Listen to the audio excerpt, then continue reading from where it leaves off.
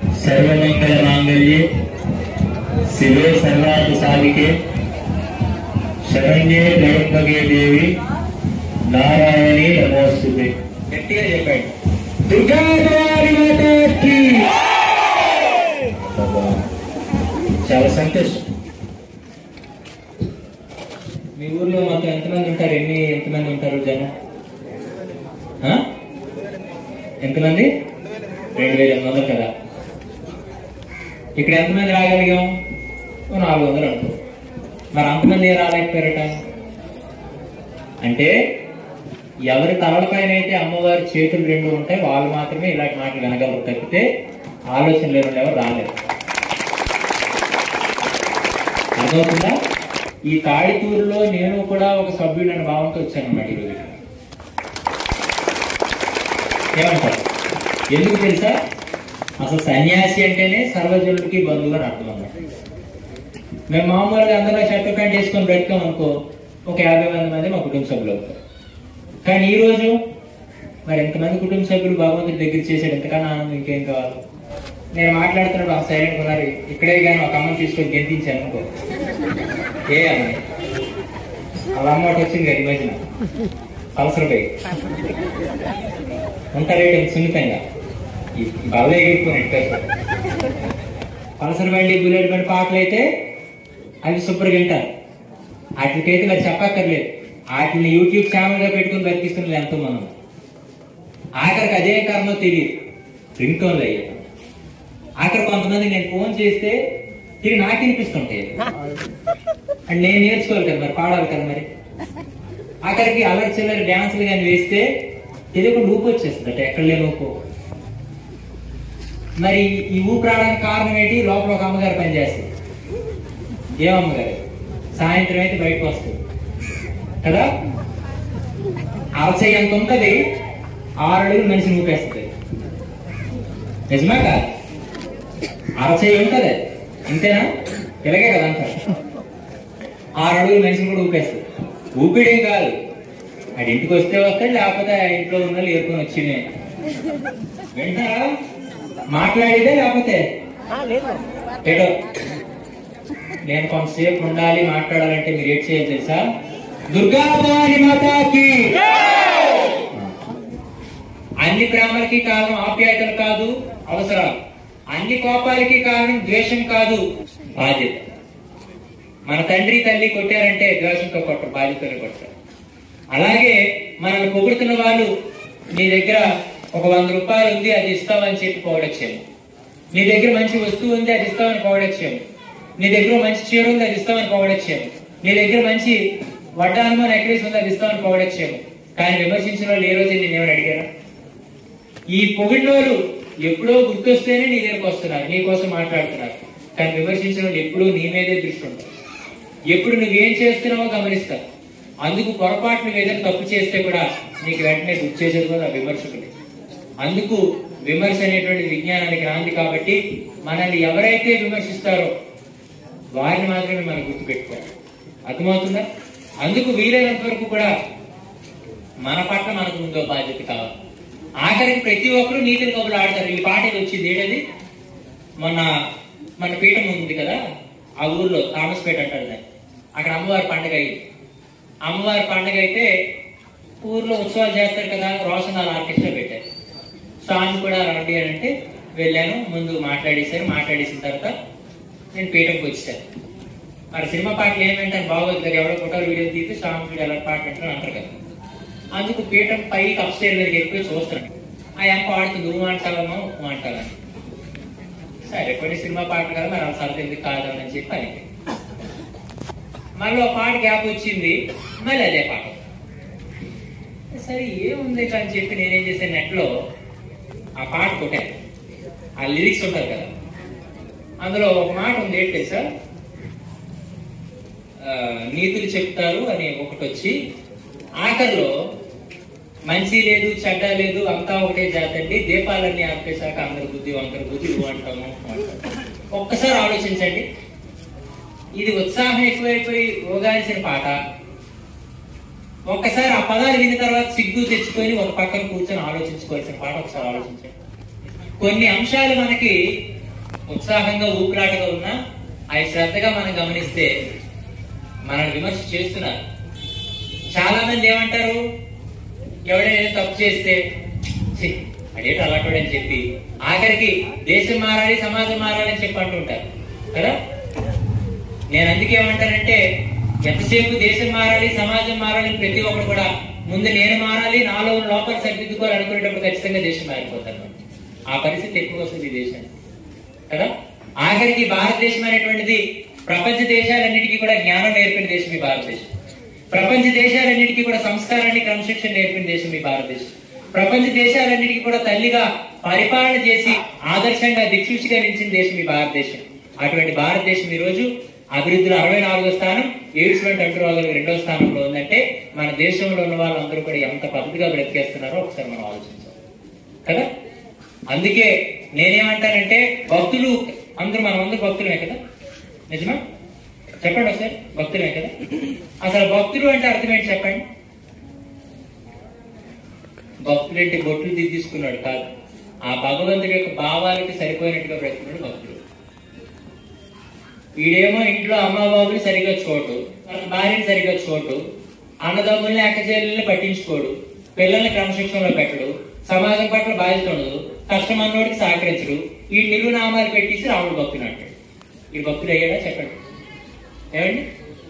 ఆఖరికి వీడి దగ్గర ఎక్కడ లేని సంపద అంతా ఉంటది, కానీ ఎవరికైనా కష్టం అంటే మాత్రం ఇవ్వడు. కానీ అడ్డకి బొట్లు దిద్దేస్తే ఈ శివభక్తుడు అవుతాడా? శివుడు అంటే ఈశ్వరుడు అంటేనే ఐశ్వర్యవంతుడు కదా కదా. మరి అతడు ఏమైనా కూడా మళ్ళా ఆడంబరం బతికాడు, కానీ అడిగిన వాళ్ళకి ఇస్తున్నాడు. మరి అలాగే తన తోబుట్టూరికి తన కుటుంబ సభ్యులకు అవసరమైనా కూడా తన దగ్గర ఆ సమయం లేకపోతే అప్పు చేసేనా కూడా ఇద్దామని ఆలోచన రాదు. వీడు మళ్ళీ నిలువు బొట్లు పెట్టేసి వెంకటేశ్వరం భక్తుడు అంటాడు. అవుతాడా?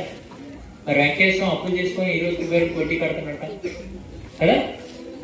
మరి అలాగే అమ్మవారు దుష్ట శిక్షణ శిష్ట రక్షణ అంటే చెడుని పక్కన పెట్టడం, మంచిని అభివృద్ధి చేయడం. ఎంతసేపు వీడు ఎదో పనులే చేస్తుంటాడు, ఎంతసేపు కూడా చెడుదారిలోనే ఉంటాడు. దానం కొట్టి పెట్టి కట్టి మంది తగిలించి దానం పెట్టి అమ్మవారి భక్తులు అవుతాడు, అమ్మవారి భక్తులు మనం అవుతాం. ఏమో అంతేనా కాదు? అందుకు నిజమైన భక్తులు మనం కావాలి అంటే ఎప్పుడు అవుతామంటే, ఆ భగవంతుడి యొక్క ఆలోచనలకి ఆశయాలకి దగ్గరగా మనం ఎప్పుడైతే బ్రతుకుతామో అప్పుడు భక్తులు అవుతాం. భక్తులు అంటే సంస్కారవంతుడు అని అర్థం అన్నమాట. ఆ సంస్కారం లేకుండా మగవాళ్ళైతే బొట్లు పెట్టేసి, ఆడవాళ్ళైతే సహాయ పసుపు రాసేసి, ఎంత రూపాయలు బొట్టు పెట్టి గడ్డాలు ఎంత గంధాలు రాసిస్తే భక్తురాలు అమ్మ భక్తుడు ఈయన కదా. ఇది కుదరదు కదా, ఇది జరగదు కదా. అందుకే ఈ రోజు పై దేశాల్లో మీరు గమనించండి, పై దేశ మహిళామూర్తుల్ని కట్టు బొట్టు జుట్టు అన్ని కూడా మనం చూసా నేర్చుకొని లలితా సహస్రనామం వంటి స్తోత్రాలు కూడా వాళ్ళు సులువుగా చెప్పుకుంటున్నారు. ఏమో కానీ మన దేశంలో ఆడవాళ్ళు ముఖానికి బొట్టు పెట్టాలి, ఆ బొట్టు ఉండే స్టిక్కర్ అది ఎప్పుడు ఊడిపోతుందో తెలియదు. ఊడిపోయిందంటే చూసినాం అనుకోవాలి, అప్పుడు ఇలా ఆయన ఎత్తిచాడు. అవునా కాదు? కానీ అదే మీరు చక్కగా తిలకం బొట్టు పెట్టుకోండి, సింధూరం పెట్టుకోండి, కుదురుతుంది. అది మీరు కావాలని చూసిస్తే పోతుందేమో, కానీ అది పోతుందా? కనీసం ఛాయని కనిపిస్తుంది. ఒళ్ళంతా కప్పుకొని బయటికి వెళ్ళినటువంటి ఏ స్త్రీమూర్తినైనా చూస్తే, ఏ ఆడపిల్లనైనా చూస్తే ఎవరికైనా తప్పుడు భావన కలుగుతుందా? ఏమో చక్కగా శుభ్రంగా తయారయ్యి ఒళ్ళంతా కప్పుకొని బయటికి వెళ్తే ఎవరికైనా తప్పుడు భావన కలుగుతుందా? అదే ఈ దిక్మాల మిటీలు చెటీలు స్కర్ట్లు ఇవన్నీ వేస్తే, ఒళ్ళు పట్టేసినట్టు టీషర్ట్లు వేస్తే కుర్రోళ్ళకే కాదు 80 సంవత్సరాలు దాటి ముసలోడికి కూడా మంచి ఆలోచన వచ్చేస్తుంది. ఈ రోజు అటువంటి పరిస్థితులు, ఈ రోజు స్త్రీమూర్తులు మహిళామూర్తులు వాళ్ళకు ఉండేటువంటి ఆ కర్తవ్యాన్ని బాధ్యతలు మర్చిపోయి ఆఖరికి వాళ్ళు ఎలా ఉండాలో కూడా ఆ విషయాలు మర్చిపోయి ఉంటున్నారు. కాబట్టి ఈ రోజు ఆడపిల్లలు బయటికి వెళ్తే ఇంట్లో ఉన్నా కూడా దిశయాకులు కూర్చొని పట్టుకొని కూర్చోవలసిన పరిస్థితి వచ్చింది కదా. అంతేనా కదా? మరి దీనికి కారణం ఎవరు? మనమే. మరి అలాగే మా కుర్రోళ్ళు చెప్తే ఇంటర్నేషనల్ ఉమెన్స్ డే వచ్చేస్తుంది. ఇక ఆ రోజు వాట్సాప్ ఓపెన్ చేస్తే అమ్మ ఫోటోలు, చెల్లి ఫోటోలు, అక్క ఫోటోలు వదిలి పెట్టి మగువా లోకానికి తెలిసా నీ విలువ అని చెప్పి పాటలు ఎగేసి మరి పెడతారు. ఇదే బాబు గారు అలా బయటికి వెళ్ళినప్పుడు ఏ ఆడపిల్ల కానీ కనిపించి కొద్దిగా బాగుంది అనుకో, ఏముంది లేదు కత్తిలాగా ఉంది అంటాడు. ఏముంది కత్తిలాగా ఉందట.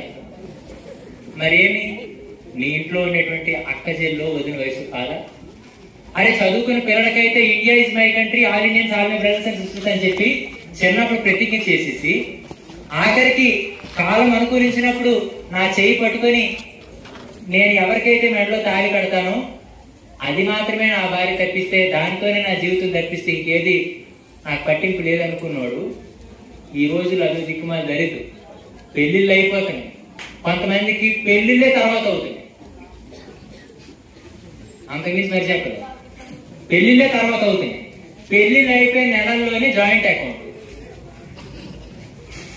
అంతమెంత చూడకండి అమ్మా, అందరికి అంతమించి చెప్పలేదు. జాయింట్ అకౌంట్ అనమాట. కామందని వెళ్తాడు, ఆ ఊర్లోనే తిరుగుతాడు, కానీ ఆయమ్మ తెలియదు, ఈయమ్మ తెలియదు. అక్కడ అమ్మగారు కూడా కొంతమంది అంతే. ఇవన్నీ పరిస్థితులు. ఇక ఆఖరిగా నేను కోరుకునేది ఏంటి అంటే,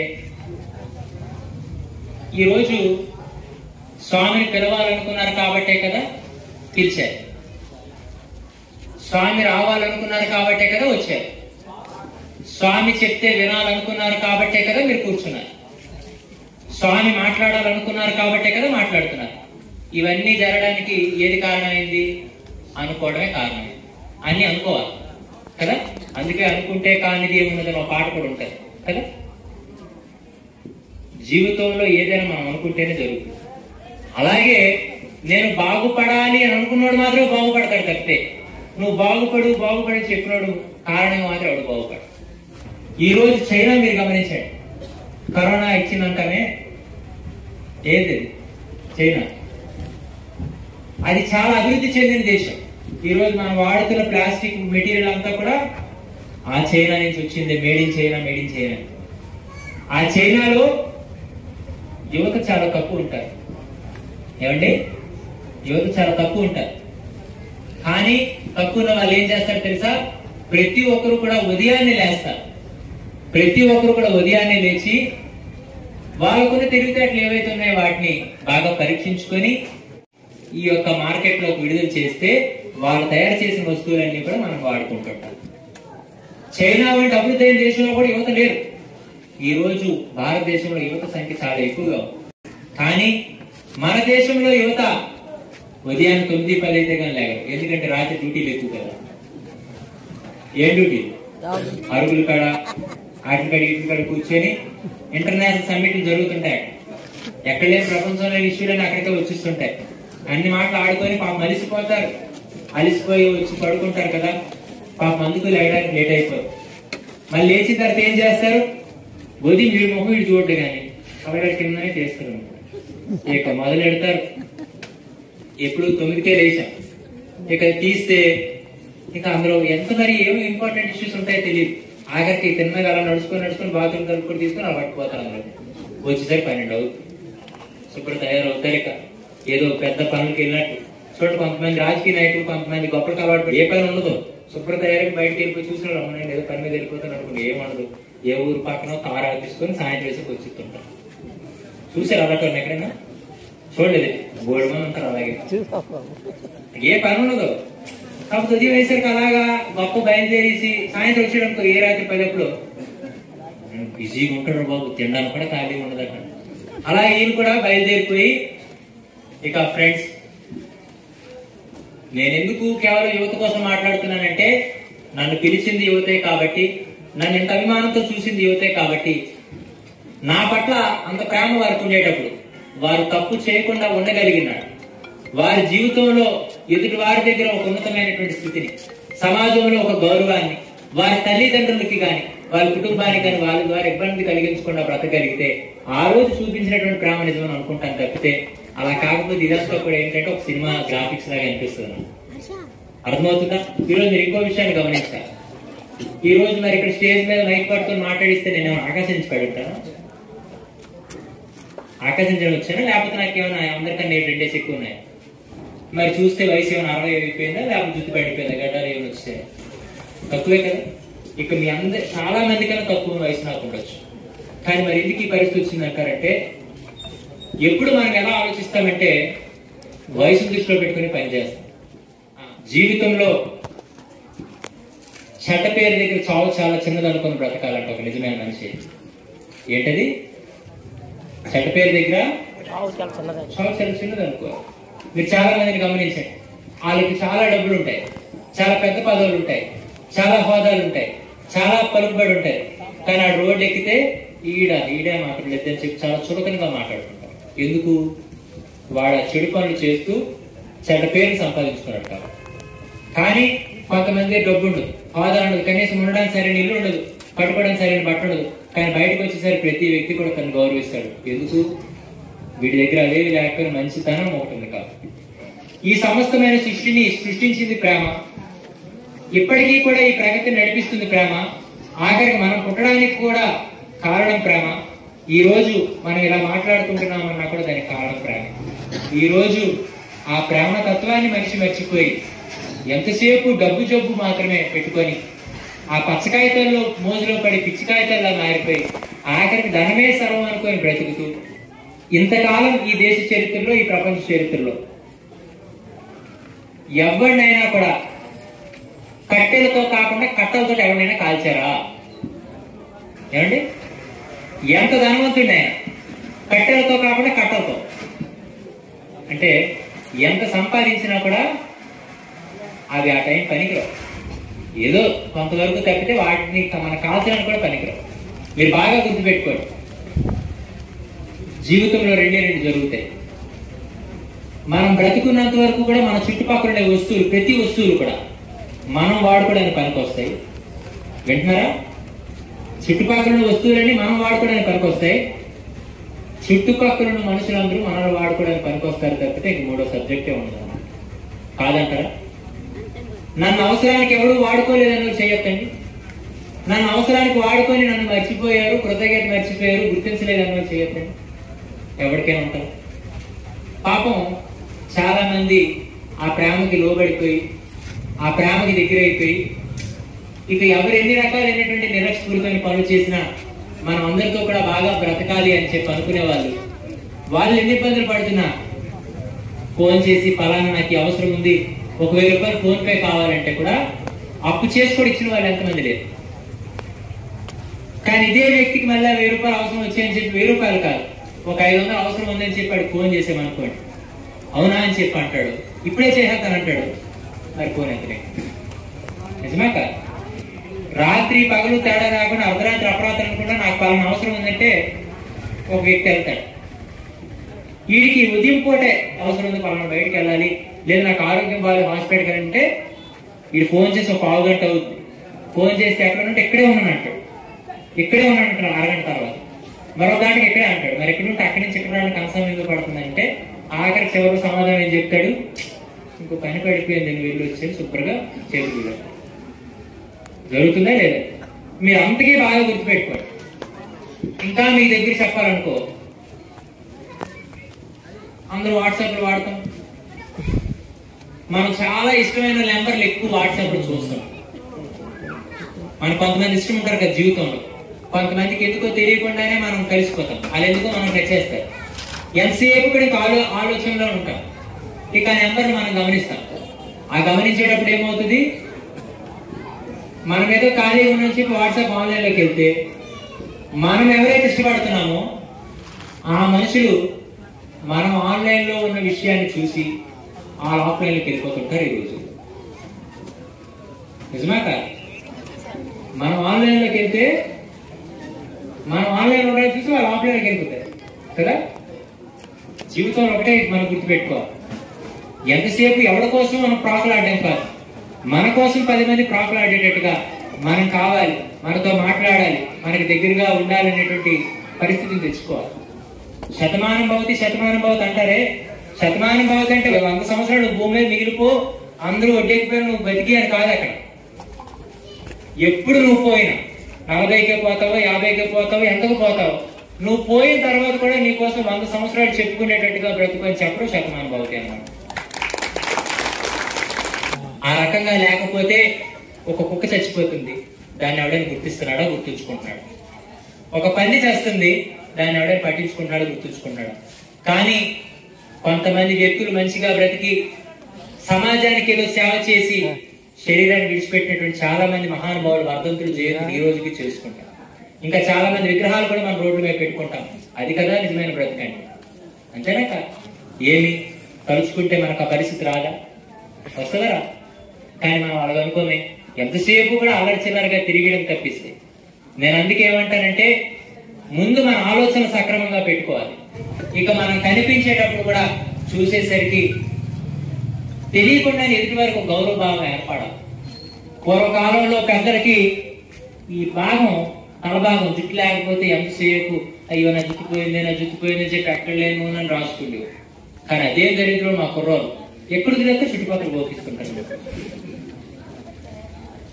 ఇలా ఉండడం వల్ల ఏమవుతుంది, చూసేసరికి నాలాటోరికి తీసి పెట్టి ఒక అందం అనిపిస్తుంది. ఎందుకు తెలుసా? వాడు గుణం మంచిదే కావచ్చు, కానీ రూపం బాగాలేదు కదా. అరే, వేసుకునే బట్టల క్వాలిటీ చూస్తున్నాం, కొనుక్కునే వస్తువుల క్వాలిటీ చూస్తున్నాం, తినే ఆహారాన్ని క్వాలిటీ చూస్తున్నాం, కానీ మన యొక్క ఆలోచనని మరి దీని క్వాలిటీగా మనం ఎందుకు ఉంచుకోలేకపోతున్నాం కదా. మరి ఇవన్నీ కూడా మారాల్సిన పరిస్థితి ఉండాలి. మరి ఇవన్నీ కూడా మారకపోతే ఆఖరికి మన మట్టిలో మిగిలిపోతాం, కట్టెలో కాలిపోతాం, తర్వాత ఇంకేం లేదే కదా. అందుకే నేనేమంటానంటే, మన మట్టిలో కలిసిపోయినా మంటలో కాలిపోయినా కూడా మన కోసం ఒక 10 హృదయాలు వాళ్ళు బ్రతికున్నంత వరకు కూడా మాట్లాడుకొని గుర్తుంచుకొని బ్రతికితే అలా బ్రతకాలనే పరిస్థితుల్లో మనం బ్రతకాలన్నమాట. అలా బ్రతకాలి అని అంటే ముందుగా మనం ముందు పద్ధతిగా ఉంటూ, ఆఖరికి చెడ్డ పేరు వచ్చేస్తుందేమో, మన చేయి విడిచిపెట్టేస్తారేమో, మనకు దూరం అయిపోతారేమో అనేటువంటి ఆలోచన పక్కన పెట్టేసి తప్పుని తప్పు అని ప్రశ్నించి, నిజంగా ఎవరైనా కూడా ఒక ఫ్రెండ్సే ఉన్నారనుకుందాం, నిజంగా జీవితంలో ఫ్రెండ్షిప్ అనేటువంటి దానికి చాలా గొప్ప ప్రాధాన్యత. తల్లిదండ్రులు కావచ్చు, కుటుంబం కావచ్చు, ఇంకెవరైనా కావచ్చు, వారు ఏ సందర్భంలో తోడున్నా లేకపోయినా శాశ్వతంగా మనకి చిట్ట చివరి వరకు కూడా తోడుండేది మనం నమ్ముకున్న ఫ్రెండ్ మాత్రమే కాదంటారా? ఈరోజు ఆ ఫ్రెండ్షిప్ లో కూడా నాణ్యత లేదు. ఆఖరికి వీడికి తాగేది కానీ తిరిగేది కానీ ఏ రకమైన వ్యసనాలు అలవాటు లేకపోయినా రెచ్చగొట్టి, ఏ మొగడు కాదేట్రా, నీకు రోసం లేదేట్రా, మీసం లేదేట్రా, రక్తంపై పొంగలేదేట్రా అని చెప్పి ఆఖరికి వీడిని రెచ్చగొట్టి కూడా సరదాగా అలవాటు చేసి అది అలవాటుగా మార్చి ఆఖరికి అది వ్యసనం దాకా వెళ్లి జీవితం నాశనం అయ్యే పరిస్థితులు కూడా స్నేహితులే తెస్తున్నారు. అది కూడా బాగా గుర్తుపెట్టుకోండి. నిజమైన స్నేహితులు అయితే ఇటువంటి దిక్కుమాలి పని నువ్వు చేస్తావు, నేను ఎంతగా నిన్ను ప్రేమించినందుకు, నా తల్లిదండ్రులు నా కుటుంబం అన్నిటికన్నా ఎక్కువగా నేను నమ్మినందుకు నువ్వెంత తప్పుడు పని నా దగ్గరే నువ్వు చేస్తున్నావు అంటే పోరా అని చెప్పి పక్కన పడేసి ఆఖరికి వాడు మారినంత వరకు కూడా మనం ప్రయత్నం చేయాలి. మారకపోతే వాడి దారి వాడిది, మన దారి మనందరం బ్రతకాలి. అలా కాకుండా ఆడు అలాగే ఉన్నాడు కదా, ఆడికి దోస్తిగా మనం ఉండి చేతులు చేతులు కలిపామనుకోండి, 9 నెలలు తల్లి మన గర్భంలో పెట్టుకునేటప్పుడు మీరు ఇటు వినాలి, 9 నెలలు తల్లి మనం గర్భంలో మోసేటప్పుడు ఏ రోజు కూడా భారం అనుకోదు. తండ్రి అనేటువంటి వాడు కూలి పని చేసుకొని తనకున్నా లేకపోయినా కూడా నా బిడ్డ బాగుండాలి అని చెప్పి మనల్ని పెంచేటప్పుడు ఏ రోజు కూడా కష్టం అనుకోడు. కానీ ఎప్పుడైనా కూడా మన పద్ధతి ఎక్కువగా ప్రవర్తిస్తే, ఎప్పుడైనా కూడా మానవతా ధర్మాలు పక్కన పెట్టి బ్రతికితే ఆ రోజు మాత్రం తల్లి అనుకుంటే ఎంత భారం అయిపోయాడే ఈడని చెప్పి, ఆ రోజు తండ్రి అనుకుంటాడు ఎంత కష్టం అయిపోయాడని చెప్పి. ఇక తల్లిదండ్రులే మనల్ని చీకొట్టుకున్నారంటే ఇక చచ్చిన శవాలతో సమానం అనమాట. అటువంటి దౌర్భాగ్య దిక్కుమాల పరిస్థితి మనకు వద్దు, అటువంటిది నరకంతో సమానం అన్నమాట. అందుకు అందరూ కూడా ఆనందంగా ఉండాలి అంటే జన్మనిచ్చిన దైవం పైన విశ్వాసం పెట్టుకొని, ఈ చేతుల్లోనే సర్వశక్తులు ఉన్నాయి, మనం పని చేస్తే ఏ పనైనా చేయగలగచ్చు అని చెప్పడానికే భగవంతుడు ఈ చేతిని చూపిస్తాడు.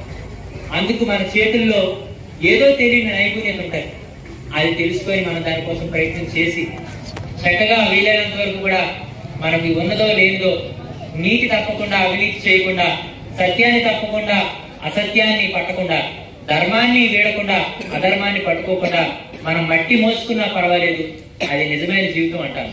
అది కాకుండా అడ్డదారులు అడ్డగోలుగా సంపాదిస్తే అది ఏ రోజు కూడా మనకి కనీసం నిద్రను కూడా ప్రశాంతంగా పట్టలేదు. కాబట్టి ప్రతి ఒక్కరు కూడా ఆ రకం ఉండాలి.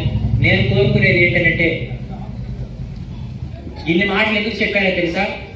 నేను ఒక సన్యాసిని కానీ, శ్రవణ చైతన్య స్వామిని కానీ, దుర్గాపీఠం ఉత్తర పీఠాధిపతి అని కానీ, ఇక రకరకాలైనటువంటి నాకుండేటువంటి హోదాలు ఇవన్నీ దృష్టిలో పెట్టుకొని మాట్లాడాలి. నన్ను అభిమానంతో ప్రేమించినటువంటి యువత, నేను మాట్లాడుతున్నప్పుడు శ్రద్ధగా లోపల అవును మన వల్ల లోపాలు జరుగుతున్నాయి, మనం మారాలి అని ఆలోచిస్తున్న యువత అందరూ కూడా నా సొంత అన్నదమ్ముల భావంతోనే మాట్లాడాను ఈరోజు. ఆ విషయం నా అన్నదమ్ములు అయితే నేను చెప్పుకోవడం మానేస్తాను. నిజంగా మిమ్మల్ని పెడదారిలో పెట్టాలనుకుంటే నేను మాట్లాడక్కర్లే. ఏవో కింద మీద అటు ఇటు ఇతర మనకు వేసేసి అబ్బో మీకు అంత తిరుగులేదు, మీకు మించడం లేదని చెప్పని. కానీ ఈ పరంపర ఇప్పటితో ఆగిపోకూడదు. ఈ రోజు యువత మనం ఉన్నాం, మరి కొంతకాలం అయ్యేసరికి మనం పట్టులు జారి పక్కకి వెళ్తాం. మనల్ని చూసి ఇంకో తరం తయారవ్వాలి. చిన్న పిల్లలు మళ్ళీ రేపు తయారవ్వాలి. మళ్ళీ ఒక 20 సంవత్సరాలు పోయిన తర్వాత అయినా, మనం పోయిన తర్వాత మళ్ళీ ఇలాగే పందిళ్ళు వేసి, ఇలాగే భక్తి శ్రద్ధలతో, ఇలాగే గొప్పగా మన ధర్మాన్ని నిలుపుకునేటువంటి కార్యాలు చేయాలి అంటే తర్వాత తరాల వారిని మనం తయారు చేయాలి. అలా తయారు చేయాలంటే ముందు మనం వారికి ఆదర్శంగా నిలబడాలి. మా వాళ్ళు అప్పుడే ఫోన్ చూపించేస్తాను, టైం అయిపోయింది, దిగు టైం అయిపోయింది అని చెప్పి. కానీ నాకేమవుతుంది తెలుసా, నేను ఎందుకు ఎక్కువ మాట్లాడతానంటే ఎక్కడి కార్యక్రమంలో 2-3 గంటలు వాయించమే కానీ ఇక వాళ్ళు వద్దొద్దన్న మాట్లాడేసుకుంటాను. ఎందుకంటే నీకు ఎన్ని ఏళ్ళు అంటే చెప్పచ్చు, ఒక 20, 30, 40, 70 ఎన్నాళ్ళంటే నేను అందుకే మాట్లాడుతూ పోయాను అనుకో, ఒకవేళ అక్కడ ఉండేటువంటి వేల మందిలో కనీసం 0 పోయినా ఒక్కడైనా నేను చెప్పిన దృష్టిలో పెట్టుకొని నా ఆలోచనలకి, నా ఆశయాలు తగిన బ్రతికాడు అనుకో, నా శరీరం పోయినప్పుడు వాళ్ళు నేను బ్రతుకుతారని నమ్మకం నాకు ఉంటుంది. అందుకే నేను మాట్లాడతాను. ఆఖరి సన్యాసానికి వచ్చినప్పుడు మాకే పెళ్ళం పెట్టిస్తారు. ఎందుకు? పిల్లలు ఉండవు, తర్వాత పరంపర ఉండదు కాబట్టి ఎప్పుడైనా ఇబ్బంది ఉండకూడదు. ఈ రోజు 2014 నుంచి 2023 వరకు కూడా ఏక నిరంజన్ లాగా కుటుంబం అనేది ఒక పట్టింపు లేకుండానే సన్యాసిగా బ్రతుకుతున్నాను. ఈ మధ్య కాలంలోనే నాకంటూ కూడా ఒక సమాధిని సిద్ధం చేసుకుని, దానిలో కూడా యంత్రాన్ని పెట్టుకొని ఎప్పుడు ఏమైపోయినా పర్వాలేదు కానీ చివరి క్షణం వరకు కూడా ఆ దైవం నా భుజాలు పైన పెట్టిన బాధ్యత. అన్నిటికీ నుంచి మాకు పూర్వాశ్రమంలో తాతగారు అయినటువంటి సమతానంద స్వామి, మరి వారితో చిన్నప్పటి నుంచి ఉండడం వల్ల వారిలాగే మనం ఈ దేశానికి, ధర్మానికి సేవ చేయాలని ఆలోచనతో వారిని ఆదర్శంగా తీసుకొని సన్యాసాసనం స్వీకరిస్తే, వారు కూడా 2018లో నన్ను ఉత్తర పీఠాధిపతిగా నియమించి ఉన్నాడు, చూసుకుంటాడులే, ప్రశాంతంగా వెళ్ళిపోతుంది, ఈ పీఠానికి నాకు ఏ లోటు లేదని చెప్పి మొన్న ఆగస్టు 14వ తారీఖునే వారు కూడా శరీరాన్ని విడిచిపెట్టారు. అయినా కూడా ఈ రోజుకి కూడా నేను పని ఆపలే. నేను తిరుగుతూనే ఉన్నాను. ఇక మీలాంటి కుటుంబ సభ్యులందరితో మాట్లాడుతూనే ఉన్నాను. ఆఖరికి నన్ను తిట్టుకున్నా పర్వాలేదు, నేను చెప్పాల్సినటువంటి విషయం చెప్పాలి. నా మనస్సాక్షికి వ్యతిరేకంగా నేను పని చేయకూడదన్న ఆలోచనతో ఈ రోజు కూడా తెగింపుగా మమ్మల్ని ఎక్కడ దొరుకుతామా, ఎక్కడ తీసేద్దామని కూడా ప్రయత్నాలు చేసిన చాలా మంది ఉన్నారు. అటువంటి పరిస్థితులు ఉన్నా కూడా నాకు ఈ ప్రాంతానికి ఎంత దగ్గర సంబంధం తెలుసా? ఎక్కువగా నేను తిరిగే ప్రాంతం ఈ భీమిలి. కనీసం నెలలో 2 సార్లు వస్తాను. నన్ను ఎక్కువ ప్రేమించే ప్రాంతం కూడా. రెండోది, నేను ప్రేమించే మనుషులు, నాకు సహకరించే మనుషులు కూడా ఇదే మీ పక్క ఊర్లోనే ఉన్నారు. మా వెంకీ నారాయణ ఇటువంటి వారందరూ కూడా పక్కూరే. వారందరూ కూడా నాకు చాలా దగ్గరగా ఉంటారు. ఇక ఆఖరికి నా వ్యవహారాల్లో కావచ్చు, వ్యక్తిగత జీవితంలో కావచ్చు, వారందరూ కూడా నాకు తోడుగానే ఉంటారు. ఎప్పుడూ కూడా మిమ్మల్ని కలగకపోవచ్చు, కానీ తాడితూరు, మధ్యవలస, ఇంకా లక్ష్మీపురం, ఈ ఊరు పేర్లన్నీ కూడా నాకు రోజు వినిపిస్తాయి. ఎందుకంటే గుర్తు చేస్తుంటారు కాబట్టి. మూడవది, ఎందుకు ఈ భీములపై నాకు మమకారం పెరిగింది తెలుసా? ఆఖరికి పెద్ద స్వామి శరీరం విడిచిపెట్టింది కూడా భీములు యోగా సెంటర్ దారిలోనే. అంటే నాకు అప్పుడు అర్థమైంది ఏంటి తెలుసా? ఇదే కారులోనే నేనేమయ్యేవాడిని, సాయంత్రం కార్యక్రమాలకు వెళ్తే అమ్మ వేగంగా వెళ్ళిపోవాలి, స్వామి ఒక్కలే ఉంటారు కదా, నేను వేగంగా వెళ్ళిపోయి చూసుకోవాలనుకునేవాడు. కానీ ఇప్పుడు ఏమైంది? ఆయన ఏం ఆలోచించారు? నేను ఇతనికి దూరమై సమాజానికి దగ్గర చేద్దామని చెప్పి శరీరాన్ని విడిచిపెట్టేశారు కాబట్టి నాకు రాత్రి పగలు తేడా లేదు. నేను ఎప్పుడు పీఠంకి వెళ్ళినా పర్వాలేదు. కానీ ఎంతసేపు ఉన్నా కూడా ఇటువంటి వారందరికీ కూడా మంచి చెడులు చెబుతూ, కష్ట నష్టంలో కూడా స్వామి ఉన్నారులే, చూసుకుంటారని భరోసాను కూడా వారు పొందుతూ, ఆఖరికి అందరూ కూడా కలిసి ఆనందంగా జీవించాలనే ఆలోచనతోనే ఈ రోజు పుట్టాం. కాబట్టి అటువంటి తపన ఈ రోజు కలిగింది కాబట్టి నేను పని చేయకపోతే నాకు సిగ్గేస్తుంది. అది ఈ రోజు నేను ఎవరిని కలవలేకపోయాను, ఎవరితో మాట్లాడలేకపోయాను. అందువల్ల ఈ తాడితూరు అనేటువంటిది చాలా గొప్ప ఊరు. తాడి అంటే పెద్దది అని అర్థం. ఏంటండి? ఏటా తాడిలా పెరిగా అంటారు, అంటారా లేదు? తాడి ఏంటి? పెద్దది ఎత్తయిందని. నిజమా? పెద్దూరు అంటే ఎలా పెద్దూరు? ఇదే 100 ఎకరాలు ఉండక్కర్లేదు, ఇదే పెద్ద పెద్ద మేళ్ల మీద ఉండక్కర్లేదు. కానీ అందరూ మనసులు విశాలమైన పెద్దలు కాబట్టి అందుకు మన పెద్దలు తాడితూరు అని పెట్టారన్నమాట. ఇవి కొడతారు చక్కట్లో. అసలు ఊరి పేరు చెప్పేశారు కదా, ఎగిరి గంతే ఎలస్ నేను పుట్టిన ఊరికి ఎంత అర్థం ఉందని చెప్పి. కనీసం ఎవరైనా ఆలోచించారు తాడితూరు అంటే అర్థం ఏంటో చెప్పండి ఒకసారి. ఏమండి? ఏం బాబు, మరి నేను చెప్పాను కదా, మరి సొంత పుట్టినటువంటి ఊరు మమకారం ఉండాలి కదా. మరి ఆ మమకారం ఉంటే మరి చప్పటి పెట్టుకోవడానికి కదా కొట్టడం.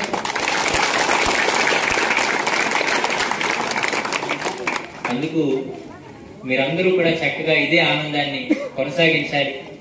మీ అందరికీ కూడా అమ్మవారు తన చేతులు మీ తలపైనే ఉంచి, తన దృష్టిని మీ పట్ల ఉంచి, మిమ్మల్ని సర్వకాల సర్వావస్థలో కూడా తోడు నీడగా చూస్తూ, మీ కష్టకాలంలో అమ్మవారు తోడుగా ఉండి ఆ కష్టాన్ని కూడా తెలియకుండా మాయం చేసే శక్తిని మీకు ఇవ్వాలి.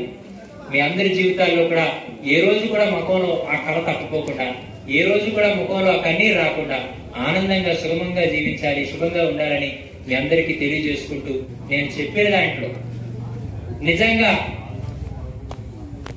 మనిషికో మాట కొట్టుకో దెబ్బ అంటారు.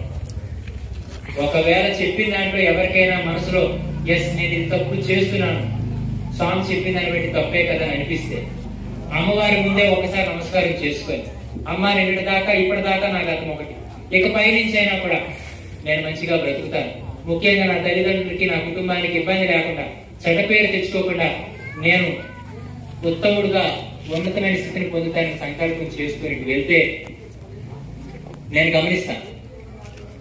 వీలైనంత వరకు కూడా నాకు కొన్ని ముఖాలు గుర్తుంటాయి. ఈ ముఖాల్లో ఎవరైనా కూడా ఆ రకంగా బ్రతకగలిగితే నేను బలంగా చెప్తున్నాను, వారందరికీ కూడా చిన్నస్వామి తన శరీరం పోయినంత వరకు కూడా మనసులో స్థానం ఉంటుందని చెప్తున్నాను. అర్థమవుతుందా? ఆ రకంగా మీరు ఇంకోటి కూడా ఎవరు ఎప్పుడు కలవాలన్నా కూడా ఇబ్బంది ఏం కాదు. మీరు ఏ విషయం చెప్పుకున్నామని ఇబ్బంది కాదు. మీరు చక్కగా మరి మీ ప్రాంతంలో మరి మీ సర్పంచ్ గారు వీళ్ళందరూ ఉన్నారు, వీళ్ళందరూ కూడా ఎప్పుడు కూడా మనం కలుస్తుంటారు. ఈ ప్రాంతం నాయకులందరికీ ఎంత సరదా అంటే చిన్న సంవత్సరం వరుస బలేసుకుని బయలుదేరుతారు మనం. అందుకు వారిని పట్టుకోనైనా మీరు రావచ్చు. అది కాకపోతే పీఠంకి వచ్చేనా కూడా మీకు ఏ కష్టమో నష్టమో ఏదో చెప్పుకుంటే నా తరపు నేను చేయగలిగినటువంటి సహకారం మీకు ఎప్పుడు ఉంటుందని తెలియజేస్తూ చక్కగా భక్తిగా పూజలు చేసుకోండి. కుంకుమ పూజలు ఇక్కడ అవుతుంటాయి కదా, ఆ కుంకుమ పూజ చేసేటప్పుడు అక్కడ విడిచిపెడుతుంది కుంకుమ కాదు, మా కష్టాలు నష్టాలు దుఃఖాలు బాధలు ఇబ్బందులు సమస్యలు లోటుపాట్లు ఆఖరికి మమ్మల్ని మేము అమ్మవారు సమర్పణ చేసుకున్నామని భావంతో మీరు పూజలు చేసుకోండి. మీ అందరికీ కూడా అమ్మవారు దయ కలుస్తూనే ఉంది. అమ్మవారి దయ మీ అందరిపైన మనందరిపైన ఉంది. ఇంకా అది అభివృద్ధి కలగాలంటే ఇంకా చక్కగా మీరు అందరూ కూడా అమ్మవారిని వేడుకోండి. అమ్మవారినే కాదు, మీకు ఏ దైవాన్ని నచ్చితే దైవాన్ని వేడుకోండి. నాకు అవిశ్రాంతంగా పని జరుగుతూ ఉంది. నాకు రోజు కార్యక్రమాల్లో మరి కొద్దిగా మీ అందరి ముందు నేను సెలవు తీసుకుంటూ నేను చెప్తున్నాను కదా, చిన్నస్వామి మీ మనిషి, చిన్నస్వామి పెద్దవాళ్ళు అయితే మీ బిడ్డ అనుకోండి, చిన్నవాళ్ళు అయితే మీ అన్న అనుకోండి, పెద్దవాళ్ళు అయితే తమ్ముడు అనుకోండి, ఆఖరికి మీ బంధువు అని చెప్పి మీ మిత్రుడు అని చెప్పి మీరు ఆ రకమైనటువంటి భావంతో ఉండాలని తెలియజేస్తూ, మీరు ఎప్పుడు పిలుపు పెట్టినా మీరు ఎప్పుడు కావాలనుకున్నా అసలు ఏ రకంగా ఉంటారంటే నేను ఇలా రాకపోదు. చక్కగా ఇటుపక్క కీబోర్డ్ ఇటుపక్క డోలర్ గాని పెట్టి పాడితే ఒక్కరు కూడా కూర్చోకపోదు. కానీ వచ్చేసారి మాటిస్తున్నాను, ఇదే భక్తి శ్రద్ధతో మీరుండి దేవుడు 2 చేతులు ఇచ్చారు కదా, ఈ చేతిలో ఒక అమ్మని ఈ చేతిలో ఒక అమ్మని పట్టుకొస్తే, మీరు ఈ చేతితో ఒక బాబుని ఈ చేతితో ఒకటి తీసుకొస్తే ఇదంతా నిండిపోతే వచ్చే సంవత్సరం గొప్పగా ఇక్కడ మళ్ళీ కార్యక్రమం చేయాలి. ఇంకా అవకాశం ఉంటే, ఇంకా మీకు శ్రద్ధ ఎక్కువైపోతే, ఇంకా సమయాన్ని కేటాయించుకుంటే పీఠంలో ఏ రకంగా అయితే కుంకుమార్చన వేయినామాలు అక్కడ చేస్తాము, మీకోసం కూడా ఇక్కడికి వచ్చి చేయిస్తాం. అర్థమవుతుందా? కాకపోతే దయచేసి ఒక సన్యాసిగా మీరందరూ నాకు నమస్కారం చేస్తారు, మీరందరూ నాకు దండం పెడుతున్నారు. మీ అందరికి 2 చేతులకు నమస్కరించి నేను అడుగుతున్నది ఏంటంటే, పిల్లలు సక్రమంగా పెంచాలి. వారికి ఏమో సరదాలు సంతోషాలు అని చెప్పి అడిగినవి అడగనివి అన్ని ఇచ్చేసి వాళ్ళని శుభ్రంగా సోమరిపోతులుగా తయారు చేస్తే ఆఖరికి మనం తలపట్టుకోవాల్సిన పరిస్థితి పిల్లలతో ఇస్తున్నారంటే ఈ తప్పు పిల్లలది కాదు, మనది మాత్రమే. అందుకు రేపటి తరాలు బలంగా ఉండాలి. రేపటి తరాలు ఈ దేశానికి పునాదులు కాబట్టి, ఇంక కొత్త నిర్మాణం వారి ద్వారా జరగాలి కాబట్టి, కొత్త సృష్టి జరగాలి కాబట్టి వారందరినీ కూడా సక్రమైనటువంటి మార్గంలో సంస్కారంతో మీరు పెంచాలని తెలియజేస్తూ మరొకసారి మరి కార్యక్రమాన్ని ఏర్పాటు చేసుకున్నటువంటి కమిటీ కుర్రవాళ్ళందరికీ మరి ఎక్కువసేపు విన్నటువంటి మీ అందరికీ కూడా కృతజ్ఞతలు, అభినందనలు, ఆశీర్వాదాలు తెలియజేసుకుంటూ మీ అందరి ముందు సెలవు తీసుకుంటూ దుర్గా భవాని మాతాకి, దుర్గా భవాని మాతాకి, భారత్ మాతాకి, సనాతన ధర్మకి, గో మాతాకి, గీతా మాతాకి, గంగా మాతాకి, ఆడితూరికి మీ అందరికీ కార్యక్రమం చేసిన కమిటీ వారికి, సహకరించిన దాతలందరికీ ఎంతసేపు మీ తలకైతే నాకు కూడా జై హింద్.